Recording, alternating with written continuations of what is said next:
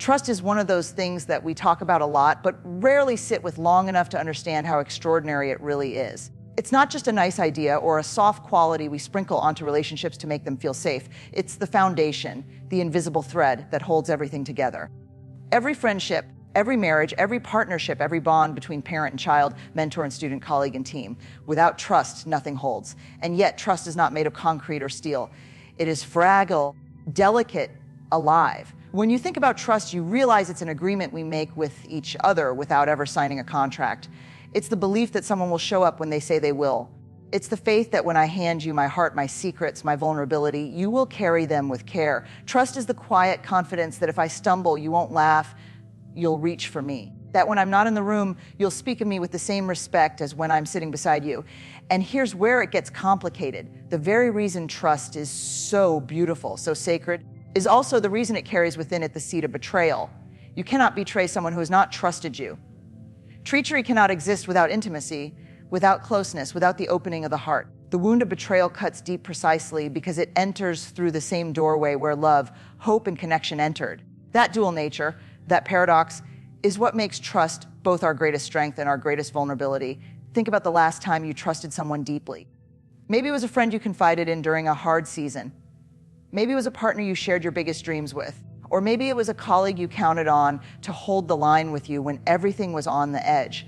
When we place our trust in someone, we are saying, I choose to believe in you. I choose to let you matter to me. And in that choice, we give away something precious. Our safety, our certainty, our shield. But here's the thing, we can't experience the richness of life without that risk. To live fully, to love deeply, to lead authentically, we have to give trust even though we know it could be broken. It's like stepping onto a bridge that could hold you steady or collapse beneath you. And we step onto it anyway, not because we're Na'vi, but because the alternative, never crossing, never connecting, never risking, isn't really living. I think sometimes we mistake strength for self-protection. We tell ourselves, if I never trust, I'll never be hurt. If I keep people at a distance, if I hold back my truth, if I stay guarded, then I can't be betrayed. But what we don't realize is that in trying to protect ourselves from treachery, we also protect ourselves from love. We end up living in a half-light, safe, maybe, but also lonely, disconnected, and numb. Real strength isn't about building walls so no one can hurt us. Real strength is about knowing treachery is possible and choosing trust anyway. Of course, this doesn't mean trust is blind. It doesn't mean handing it out carelessly or ignoring red flags. Healthy trust is not nalarvide, it's discernment. It's earned through consistency, integrity, small acts of honesty and kindness that build over time. Trust grows when promises are kept, when words and actions match, when accountability is real. But no matter how carefully we build it, trust will always carry risk. And that's where courage comes in. Courage asks us to walk into relationships with open hands, not clenched fists. Courage asks us to place faith in another human being, even knowing they are imperfect, even knowing they might fail us. And when we do that, something extraordinary happens. We begin to live in a way that is bigger, freer, and braver than before. What I want us to sit with is this. Trust is both our softest gift and our strongest weapon. It opens us to joy, intimacy, and belonging. And yes, it opens us to treachery too. That's the dual nature. We cannot have one without the risk of the other. But if we shut the door to betrayal, we also shut the door to connection. And connection, at the end of the day, is what makes us human. So here is the hard truth and the beautiful truth all at once. We are called to keep trusting, even though trust is fragile. We are called to step into relationships, even though we might be hurt. Because without trust, we may survive, but with it, we can truly live. And that is why, despite its risks, trust will always be worth it. When betrayal happens, it doesn't just bruise the heart. It reshapes the way we see ourselves, the way we see others, even the way we see the world. It isn't just about the person who broke the trust. It's about the hidden weight it leaves behind, the heaviness we carry long after the moment has passed. And the truth is, treachery is rarely a single act. It's an earthquake that keeps sending aftershocks through every corner of our lives. What makes betrayal so painful is that it happens in places where we once felt safe. It comes from people we allowed into the tender spaces of our lives. When trust is broken, the loss is not only of the relationship, it's the loss of the story we thought we were living. Suddenly, the foundation feels shaky. If they could lie, then maybe my judgment can't be trusted. If they could leave, maybe I'm not worth staying for. If they could talk about me that way, maybe I'm not who I thought I was. This is the hidden weight betrayal carries. It doesn't just question them, it questions us. It asks, what did I miss? Was I foolish? Was I unworthy? Was I too much or maybe not enough? And that internal interrogation can feel louder than the betrayal itself. We replay conversations in our minds. We obsess over small details. We torture ourselves with the why and the how.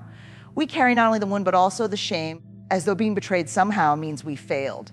But here's what I want you to hear. Betrayal says everything about the betrayer and nothing about your worth. Their choices, their lies, their actions, they are a reflection of who they are, not a verdict on who you are. Treachery may shake your confidence, but it does not define your value. The moment we confuse someone else's failure with our identity, we let the wound become a prison. And healing begins when we refuse to let someone else's dishonesty or disloyalty become the story we tell about ourselves. The temptation, of course, is to minimize it, to pretend it didn't hurt as much as it did, to bury it under business or numb it with distractions. We say things like, "It's fine. I don't care. It's not a big deal." But betrayal is a big deal. It leaves scars. And if we're not honest about the weight of it, that weight doesn't disappear. It just burrows deeper. It shows up in mistrust, in cynicism, in walls that keep people out. It shows up in the ways we stop letting ourselves hope, stop letting ourselves love, stop letting ourselves believe.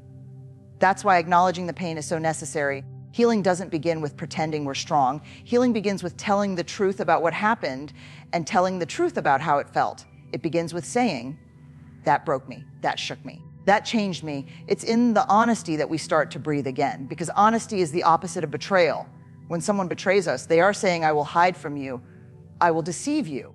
When we choose honesty about our pain, we are saying, "I will not hide from myself, I will not deceive myself."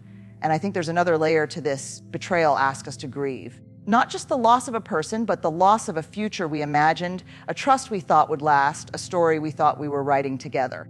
Grief isn't just for death, it's for every ending we didn't ask for. And betrayal is an ending we never wanted. To heal, we have to give ourselves permission to grieve, permission to cry, permission to admit that something precious was taken from us.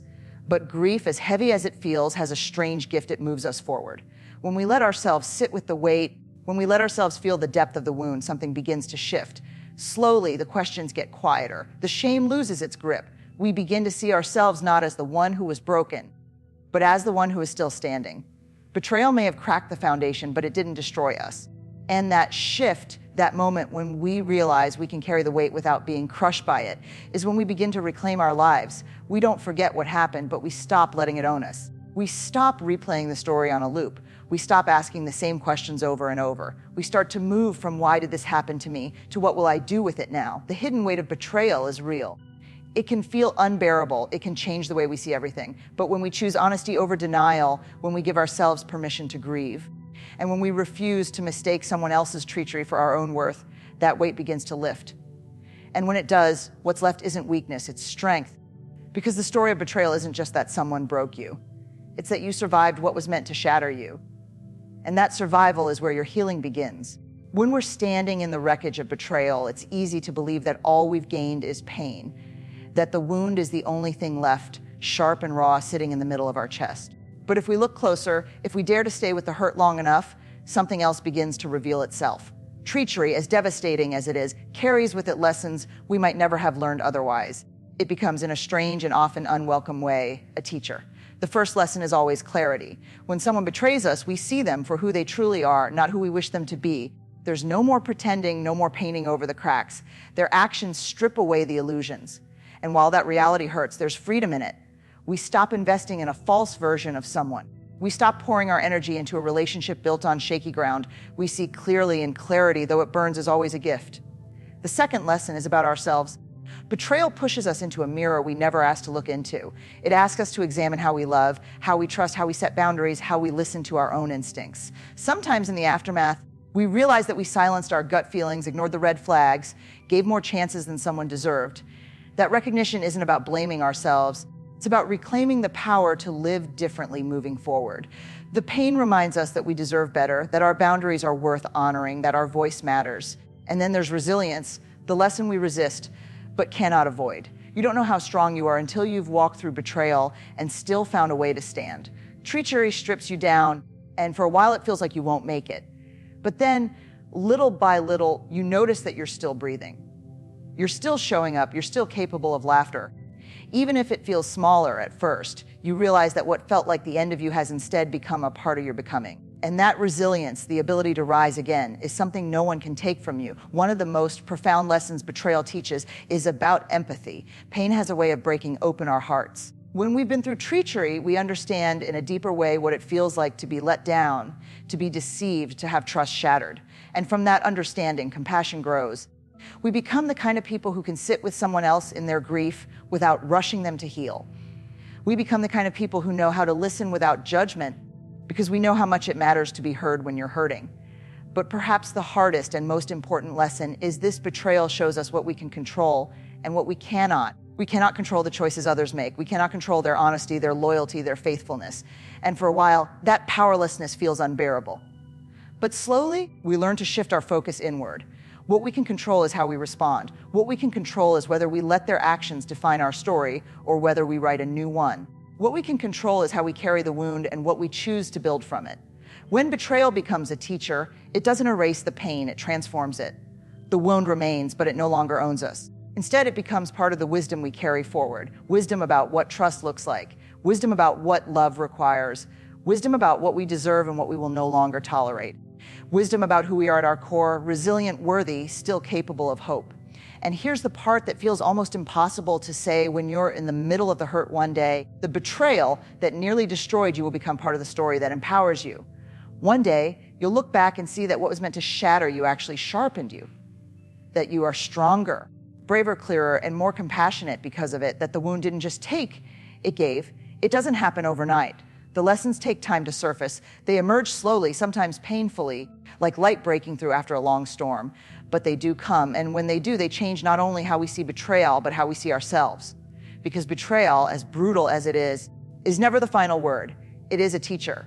And if we let it, it can teach us not only who others are, but also who we are becoming. The moment betrayal strikes, the first instinct most of us feel is anger.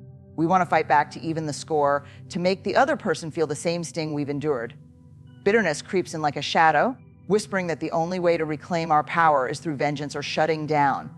And that reaction, it makes sense. When someone we trusted chooses treachery, it doesn't just hurt. It offends something deep inside us. It feels unfair, it feels personal, and the mind says if they caused this pain, they should pay for it. But here's the truth: bitterness doesn't free us. It binds us. Holding on to anger keeps us tied to the very person who wounded us. Revenge promises satisfaction, but delivers emptiness, because it keeps the betrayal alive, keeps it pulsing in our chest long after the moment has passed. It becomes a chain, not a release. And the longer we cling to it, the more it consumes our peace, our joy, our ability to move forward. The alternative path, the one far more difficult but far more powerful, is courage. Courage doesn't mean pretending the betrayal didn't hurt. Courage doesn't mean excusing what was done. Courage means looking at the wound honestly, acknowledging the depth of the pain, and still choosing not to let bitterness be the story. It means deciding that dignity matters more than revenge. Forgiveness often gets misunderstood here. People think forgiveness means saying, it's okay, but betrayal isn't okay. Forgiveness doesn't excuse the act. Forgiveness is about refusing to let that act define you. It's not about letting the other person off the hook. It's about setting yourself free from the weight of resentment. And here's what's so important: forgiveness doesn't always mean reconciliation. You can forgive and still walk away. You can release the bitterness without ever returning to the relationship. Sometimes courage means closing the door firmly and kindly, knowing that peace is found in the letting go. Courage also asks us to face the fear beneath the anger. Because anger often isn't the root, it's the cover. Beneath anger is grief. Beneath anger is sadness.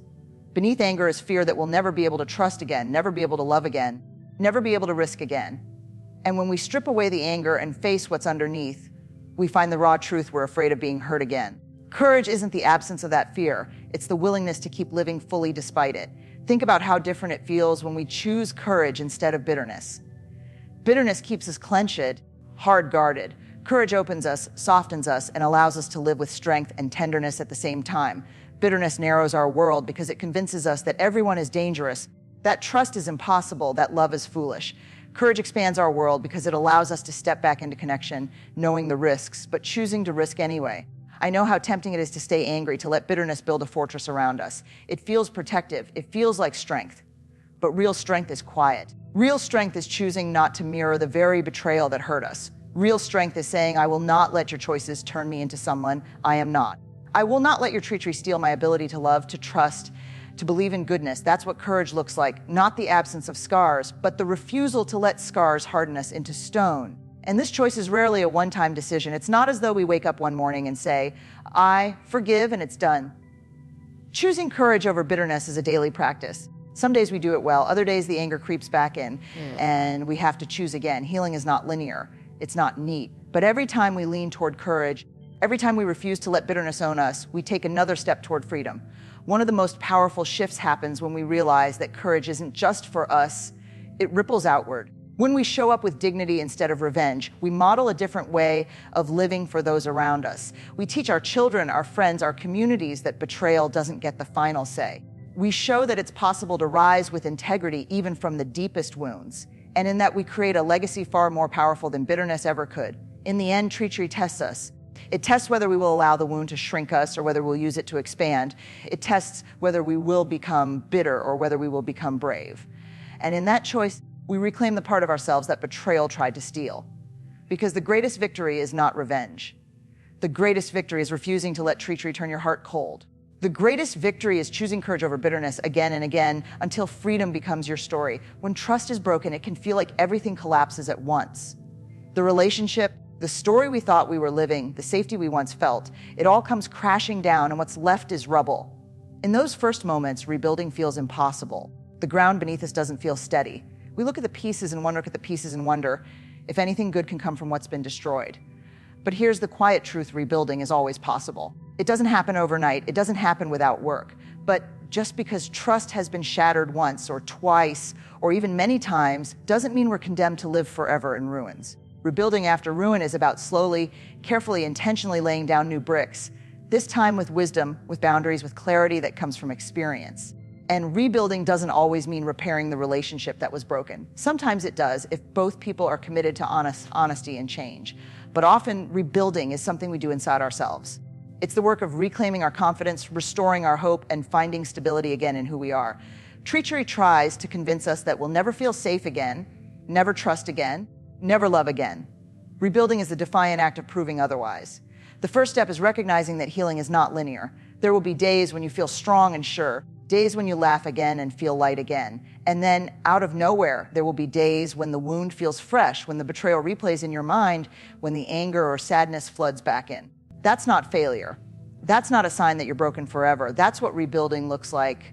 2 steps forward, 1 step back, until the steps forward start to outnumber the ones backward. Another part of rebuilding is setting boundaries. When we've been betrayed, it's tempting to close off completely, to say, no one gets close to me again.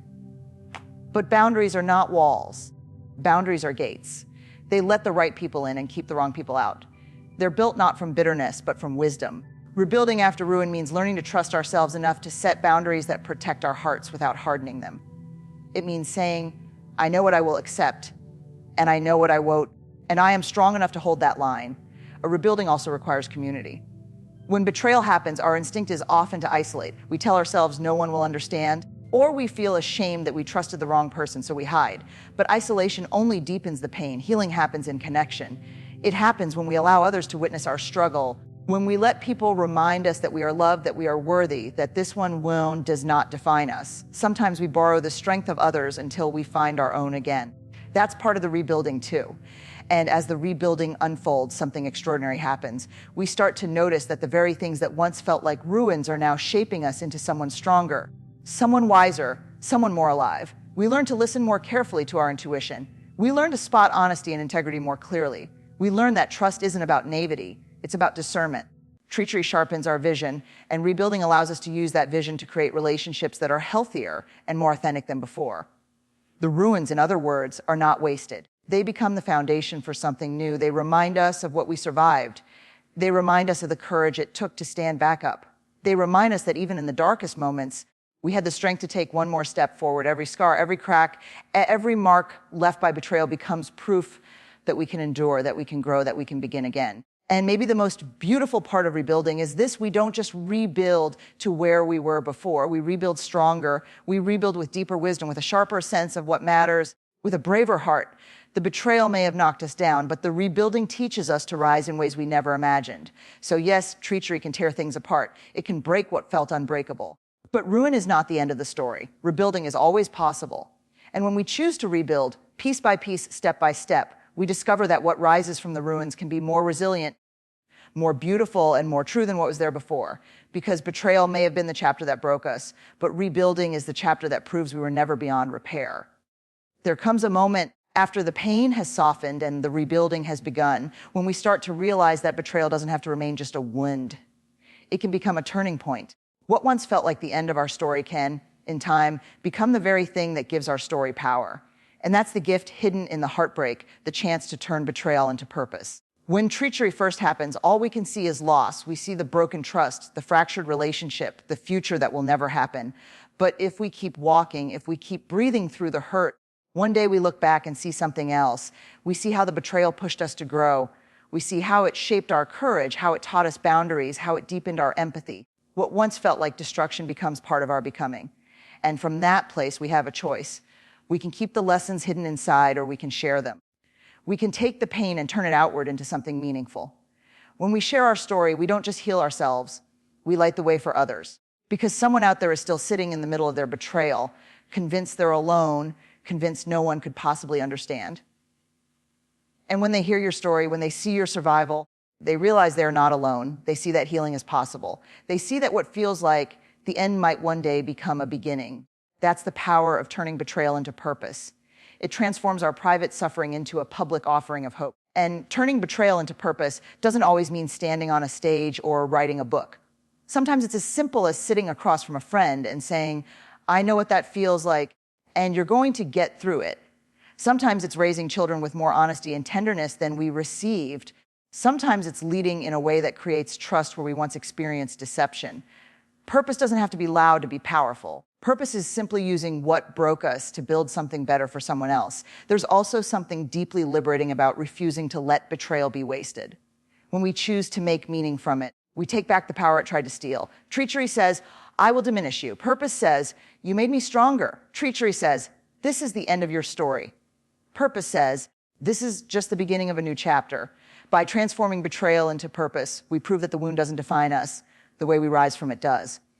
And here's the paradox. Sometimes the very thing that almost destroys us is what equips us most to serve others. Our deepest pain often becomes our deepest well of empathy. Our sharpest scars often become our sharpest wisdom. The very thing we thought disqualified us from strength is what makes us strong. When we stop hiding the wound and start using it, we find that purpose was waiting for us all along, buried in the rubble. But to reach that place, we have to make a choice. We have to choose not to stay bitter, not to stay stuck, not to stay silent. We have to choose to let the betrayal shape us into someone more compassionate, more courageous, more resilient. Purpose doesn't appear automatically. It's born from our decision to turn pain into something bigger than ourselves. And what's remarkable is how that choice echoes far beyond us. Every time we use our pain for good, we weaken the power of treachery in the world. We become living proof that betrayal doesn't have the final word, and in a world where trust is fragile and betrayal is all too common, that proof matters. It reminds others that no matter what has been taken from them, they still have the power to create something meaningful from what remains. So yes, betrayal hurts. Yes, it leaves scars. But it also offers us the invitation to create purpose from pain, to bring light from darkness, to write a story that betrayal cannot erase. And when we accept that invitation, our lives stop being defined by what happened to us and start being defined by what we chose to do with it. Because treachery may have written one chapter of your story, but purpose will write the rest.